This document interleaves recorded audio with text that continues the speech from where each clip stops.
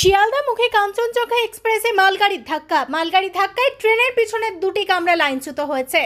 Line থেকে বেরিয়ে উল্টে গিয়েছে কাঞ্চনজঙ্ঘা এক্সপ্রেসের দুটি কামরা। দুর্ঘটনায় হতাহতের কোনো খবর মেলেনি।